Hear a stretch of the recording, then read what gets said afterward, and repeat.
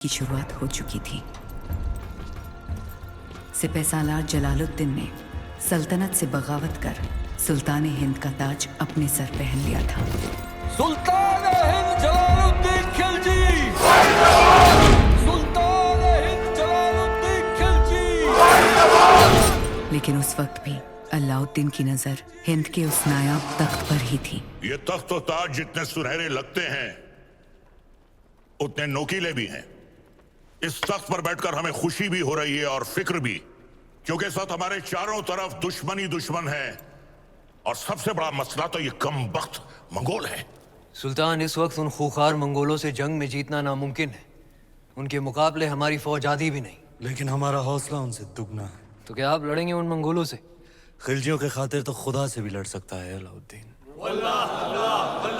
अपने हौसलों को इतना भी बुलंद मत करो अलाउद्दीन, जिसके बोझ तले तुम खुद ही दफन हो जाओ।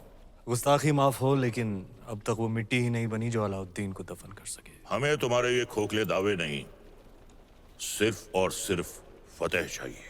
हम जाएंगे मंगोलों से लड़ने। सुल्तान, आपका यकीन ही हमारी फतेह है।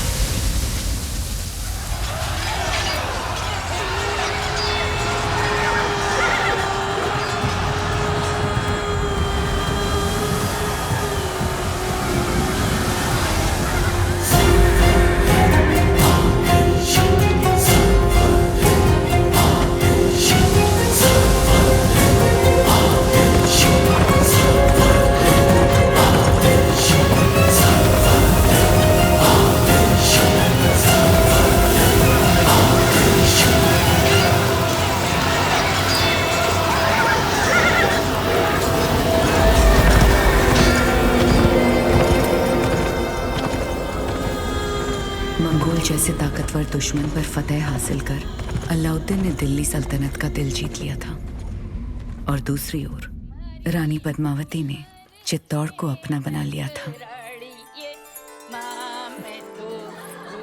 सूरज भाईसा, संभल के, थारे घूमर दिन गए, कमर में लचक आ जाएगी। अब तो रानी सा करेगी घूमर, कल गौरी पूजा के बाद। छोटी रानी सा, घूमर रो रंग चोखो जमना चाहिए। रंग तो जमेगा ही सूरज भाई सा, क्योंकि कल ढोल हम बजाएंगे। अंदाता हुकुम। कुंवर भाई सा, फिर बोलो तारो बड़ बोलो बेटो बीच में। ढोल बजाना तो दूर की बात बादल, घूमर बखत रानी वास में हुकुम रे सिवा कोई मत आ भी नहीं सकता। तो छोरा, तू अपने ब्याह में जी भर के ढोल बजा लीजिए। रावल साहब पधार रहे हैं। सब मिलके नई दुल्हन को सता रहे हैं।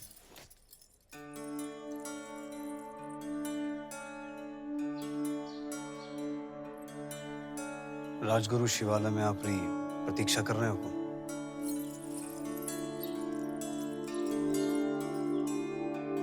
चले।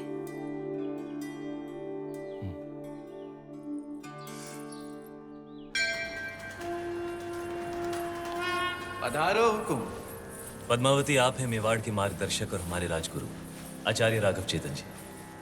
हमारे सभी प्रश्नों के उत्तर यही देते हैं। हमारी राजनीति भी इन्हीं की देन है। आशीर्वाद लीजिए।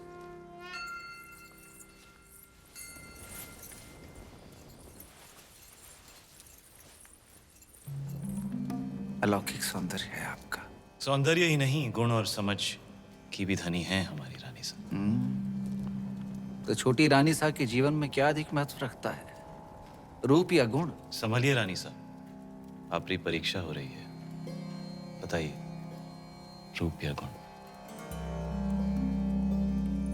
गुण। और रूप? वो तो देखने वाले की आंखों में होता है। अर्थात किसी को पत्थर में शिवलिंग दिखता है और किसी को शिवलिंग में भी पत्थर। जीवन का वर्णन 3 शब्दों में।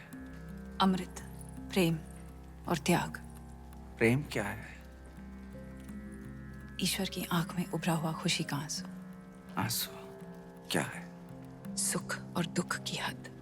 सुख क्या है? ब्रह्म। सुना है युद्ध नीति की भी जानकार है। जी। रणभूमि में सबसे बड़ा शस्त्र क्या है? हिम्मत। जीवन में सबसे कठिन घड़ी? परीक्षा के बाद परिणाम की। और सबसे बड़ी भेंट?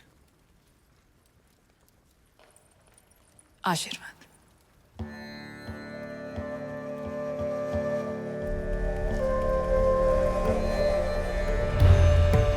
आइए रानी साहब।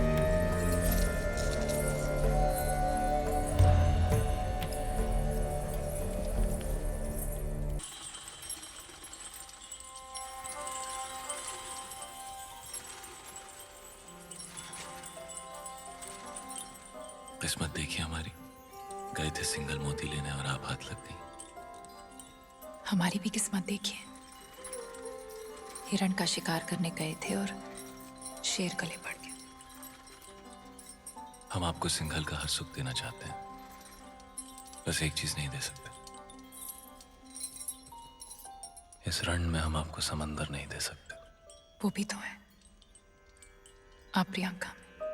रे रे रे, मेवाड़ी रंग चढ़वा लाग्यो है जबान पर। दिल पे चढ़ गया। जबान क्या चीज है?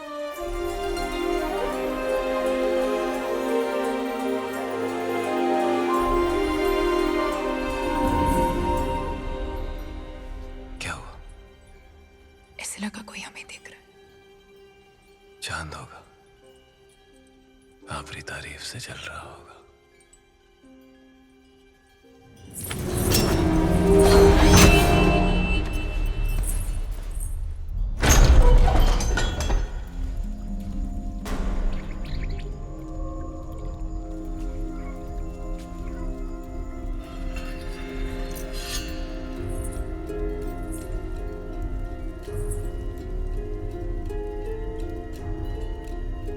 कौन हो सकता है?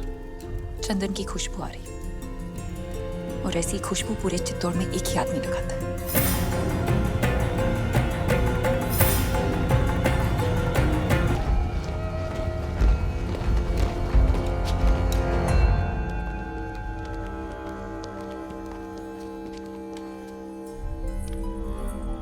आधी रात में सिपाही भेज के इस तरह बुलाने का मतलब क्या है हुकुम? एक अपराधी को सजा देनी है राजगुरु। बस इतनी सी बात है। ये कार्य कल सुबह भी तो हो सकता था। अपराध संगीन है, निर्णय तो आज रात को ही होगा। कौन है अपराधी? आप। जिसकी पवित्रता की सौगंध सारा मेवाड़ खाता है वो अपराधी। जिसने रावल रतन सिंह को सिंहासन पर बैठना सिखाया है वो अपराधी। ऐसा क्या अपराध हुआ है हमसे हुकुम? जब रावल अपनी रानी सा के साथ एकांत में थे, उन पलों को देखने की हिम्मत की है आपने। मनगढ़ंत। प्रमाण क्या है? सुजान सिंह, हुकुम।